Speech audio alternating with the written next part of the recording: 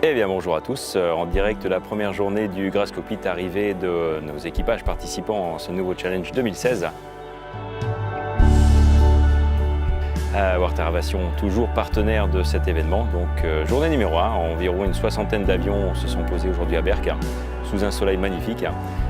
Préparation des équipages pour demain, la première journée du challenge qui prendra direction de Saint-Hubert et Belfort pour finir la journée.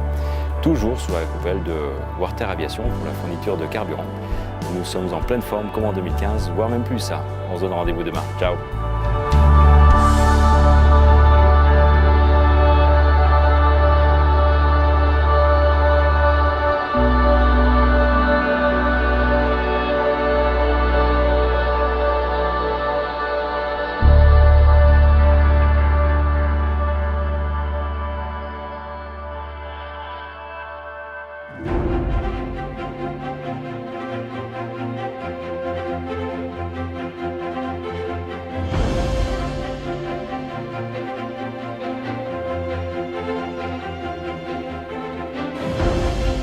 Et cette année, nous avons poursuivi notre action pour une deuxième édition. Au départ de Berck, Saint-Hubert en Belgique, Belfort, Montélimar et pour finir enfin à Salon-et-Guerre.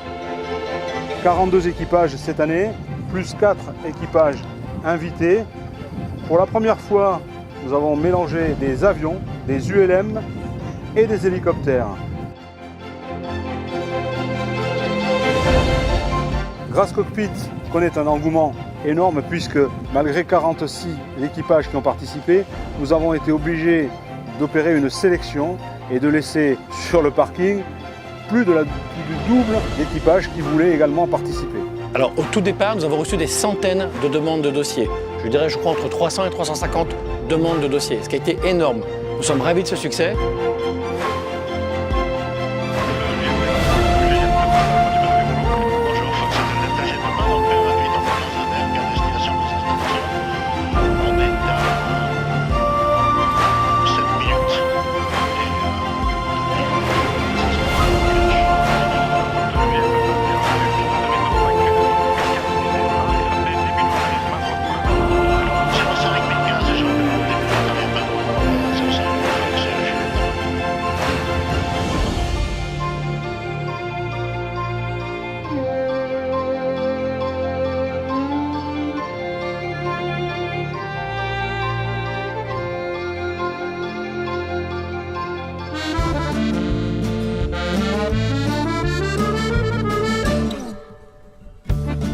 Je m'appelle Denis Carrère, donc avec Alain, on vient de Agen, en Lot-et-Garonne, et on est venu ici au trophée Grass Cockpit sur une idée d'Alain. Non, mais c'est surtout, en fait, dans un premier temps, c'était le challenge nous intéressait énormément. Dans un second temps, il correspond tout à fait à notre activité professionnelle. Denis est urbaniste, je suis agriculteur, donc on pouvait joindre l'utile à l'agréable et le côté professionnel à l'agréable. Donc ce qu'on doit faire pendant le vol, en fait, la première épreuve, en fait, c'est de recevoir des énigmes qui constituent une sorte de jeu de piste. Et donc on a un temps limité pour pouvoir tracer sur la carte les points par lesquels on va devoir passer. Ensuite, on part en l'air, on essaie de suivre la route qu'on a tracée et sur cette route, on a à la fois un logger qui enregistre la trajectoire et donc elle doit être conforme à ce qui est prévu par les organisateurs, mais également on doit identifier sur la route des points dont on nous remet les photos juste avant de décoller. Et donc il faut à la fois suivre la route, ça c'est le travail de celui du duo qui pilote, et puis d'autre part reconnaître les photos pour essayer de faire le maximum de points ou plutôt d'avoir le moins de pénalités possible. Et donc c'est très agréable parce que c'est à la fois très sérieux, ça demande beaucoup de concentration et c'est aussi très amusant. J'avais la crainte que ça soit un petit peu superficiel, etc. C'était en fait très intéressant. Ce qui est intéressant, c'est qu'à la fois on a pu resituer au travers des infos qui nous ont été données les questions environnementales liées à l'aviation générale parmi l'ensemble des questions environnementales, mais aussi on a eu des éléments concrets pour voir comment on pouvait faire baisser nos émissions de carbone en fonction donc, de nos pratiques aéronautiques, avec un premier intérêt simple, c'est de bien remplir les avions, et c'est ce qu'on fait aujourd'hui sur ce trophée. Donc, puisque comme pour l'automobile, plus on met de personnes par avion, donc plus on fait profiter de personnes du plaisir du vol.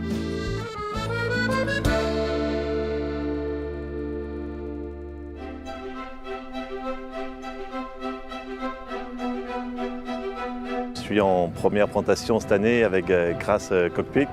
Je suis venu comme partenaire parce que c'est un milieu qui m'a intéressé beaucoup, l'aviation, les pilotes, et pour l'ambiance.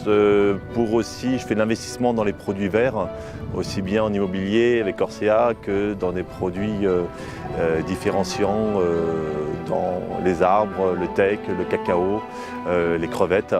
Je me suis joint à cette belle aventure par passion un petit peu des avions, des gens, des pilotes qui sont là, et pour cette formidable ambiance qu'il y a avec des très bons pilotes, des gens très sympathiques et amoureux, des belles machines, et pouvoir apporter ma contribution aussi à ce monde-là.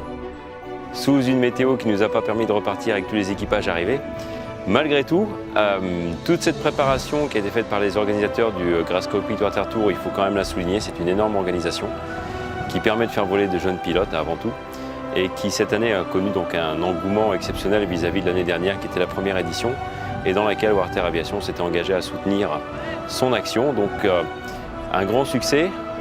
L'ambiance du Grass Cockpit Water Tour reste quand même quelque chose à part dans le monde de l'aéronautique et qui attire énormément de monde, qui attire énormément d'aérodromes qui souhaiteraient avoir des étapes chez eux, et que Warter Aviation d'autant plus conseille de bien sûr continuer cette aventure et d'être présent également l'année prochaine pour l'édition 2017.